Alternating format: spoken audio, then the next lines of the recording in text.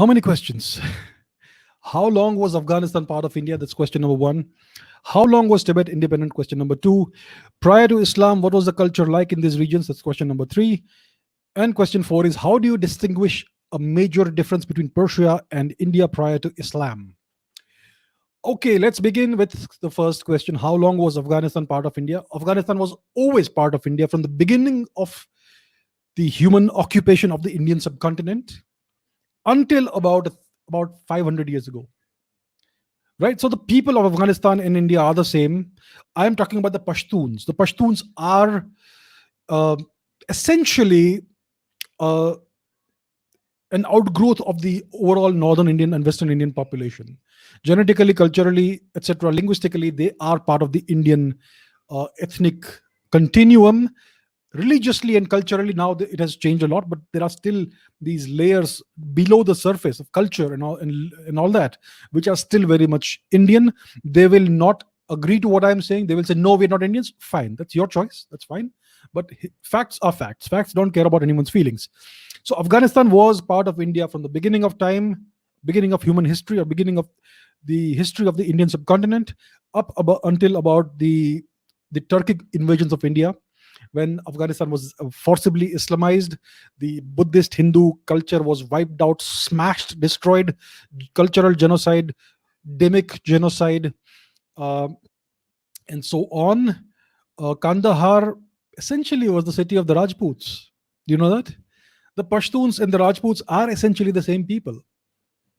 Of course, now things have changed, like I said. And today in Afghanistan, you have these different ethnicities: the Uzbeks, the Tajiks, the Turkmens, and the Hazaras, and all that. These are ethnicities that came in from outside as a consequence of the of the Turkic invasions of India. So around 500 years or so ago, the region kind of started seeing itself as a separate political, or rather cultural, ethno-cultural entity. But until 500 years ago, Indians and Afghans fought together, bled together, died together in resisting the Turks. Because despite the religious difference, we were still the same people. So that is about Afghanistan. Question two is, how long was Tibet independent? Well, if you look at the history of Tibet, it's about, I would say, around 2000 years old or so, when it emerged as a separate ethno-cultural entity.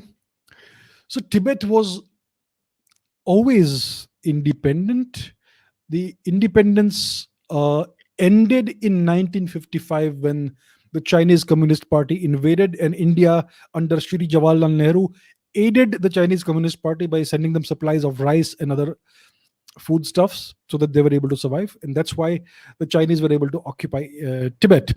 Before that, the Chinese Communist Party's rationale for invading Tibet is that Tibet was part of the Chinese Yuan dynasty's territory. So that is what they said. They said that the Chinese Yuan dynasty had conquered Tibet, and that's why Tibet should be part of China. That is the logic. Now, here's the truth. The Yuan dynasty was a Mongol dynasty. Its founder was Shri Chinggis Khan. So Shri Chinggis Khan invaded and smashed China to bits, right? His son Ogadai Khan continued the process further, and he subjugated the entirety of China. And Shri Ogadai Khan's son, Shri Kublai Khan, was the first Yuan emperor of China. And retrospectively, he said that his grandfather, Shri Chinggis Khan, was the first emperor of the Yuan dynasty. So this was a Mongol dynasty. Neither Chinggis Khan, nor Ogadai Khan, nor Kublai Khan, nor any of their descendants were Chinese. They were Mongols. And therefore, this was a Mongol dynasty. It was not a Chinese dynasty. It was a conquest dynasty of China. Its capital was Beijing because Shri Kublai Khan decided that he will sit in Beijing and lord over China. Now, here's the relationship between the Yuan dynasty and Tibet.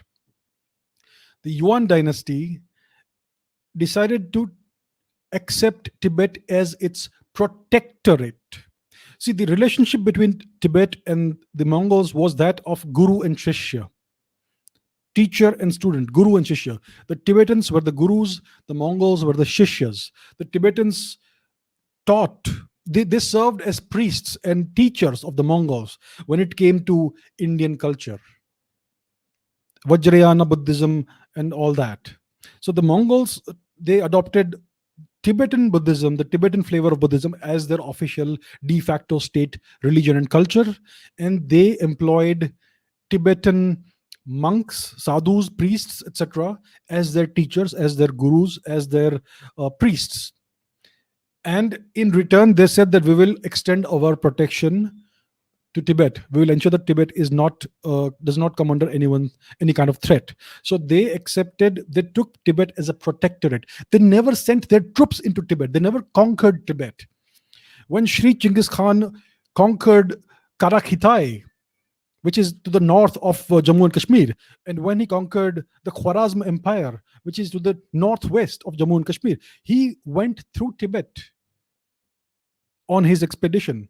And while coming back to China, he again passed through Tibet. He did not ever try to invade, conquer Tibet. He just passed through it. So it tells you that there was no question of a conquest of Tibet. So Tibet was always independent. It was a protectorate of the Yuan dynasty, which was a non-Chinese dynasty. But the Chinese now say that it was a Chinese dynasty because its capital was Beijing, and that's why they consider Tibet to be a part of China, and that justifies their invasion and occupation of Tibet. So Tibet ceased to be independent in 1955 only. Before that, it was always independent.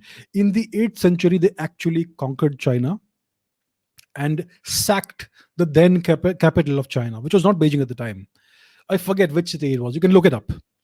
Right? So the Tibetans actually conquered China in the 8th century. That they were a powerful military force at the time. Then they became more civilized. They went the way of India later on. And as a result, we can see what happened. So that's the story of Tibet. Prior to Islam, what was the culture like in these regions? Tibet was never Islamic. It is still not Islamic. So it's been the same. It's been a Buddhist culture. They also have their indigenous Bon religion, which is very similar to Hinduism and Buddhism. Right, so it's today they practice a syncretic form of Hinduism, Buddhism, Bon, etc. Hinduism, Buddhism is essentially the same thing, like I have said many times. So that's their culture. Afghanistan, the culture was for thousands of years what we call Hinduism. Later, it became a different flavor of Hinduism, which is Buddhism. The Ghori dynasty was a Buddhist dynasty.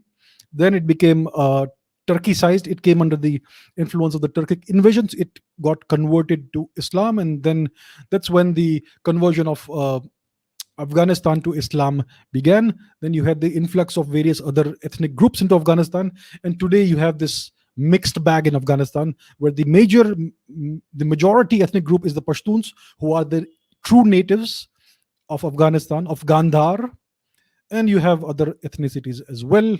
The Uzbeks, the Tajiks, the Kyrgyz, the Hazaras, the Turkmens, and whatnot. So the culture in Afghanistan was Indian culture. Because when Xuanzang, the great Chinese monk, came to India, the moment he reached Bamiyan, the Bamiyan Valley, he said, "Thank God I have finally reached India." So it tells you Afghanistan was India. Okay, next question is, how do you distinguish a major difference between Persia and India prior to Islam? Prior to Islam, Persia and India were like cousins. I have spoken about this in previous episodes. The Persians were the descendants of the Parshva clan of the Rigvedic Indians. There was this battle of 10 kings. I know you guys have asked me many times. I'll make a detailed analysis of the battle of 10 kings in a separate video. So in the battle of 10 kings, one of the clans that was expelled out of India was the Parshva clan. So these guys went westwards and they settled in the region which is now named after them. The Parshva people settled in a region which came to be known as Persia. So it is named after this clan, the Parshva clan, right? So these were Rigvedic people. They practiced Rigvedic culture and religion. Later on, this new religion emerged, Zoroastrianism, which emerged about 3,500 years ago or so. Its origins are still shrouded in obscurity. We don't know exactly when this individual Shri Zoroaster lived. His name was Zarathustra, yellow camel or golden camel. That's what it means in Sanskrit. Zarathustra, yellow camel. So Zarathustra died in the city of Balkh in Afghanistan. He uh, was the first prophet of a revealed religion, Zoroastrianism. So Zoroastrianism was essentially a kind of inversion of Hinduism. Devas became kind of evil, asuras became kind of good, that sort of thing, a sort of inversion. It was still a polytheistic religion. It was not a monotheistic religion. This is an enormous misconception that people have, that Zoroastrianism is a monotheistic religion. That is utter nonsense. It was a polytheistic religion. It was very much a post-Vedic religion. Much of the ritualism and all was still retained in Zoroastrianism. The yagnas became yasnas, and so on and so forth. The Soma ritual still continued.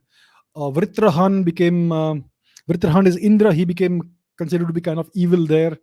The destruction of the evil serpent Vritra is also reflected in Persian mythology and all that. So it is much the same even in Zoroastrianism. So, and the language, the old Persian language, was kind of a dialect, an Upper dialect of Sanskrit. The vocabulary and grammar was exactly the same. The pronunciations were slightly different. And later on, as time evolved and as time went by, things slightly diverged. But Indians and Persians were still very much neighbors, very much brothers, or at least cousins, until the Arabic invasion of Persia, in which happened like ridiculously fast. In a couple of decades, the entire religion and culture of Persia had changed. The same could not happen in India.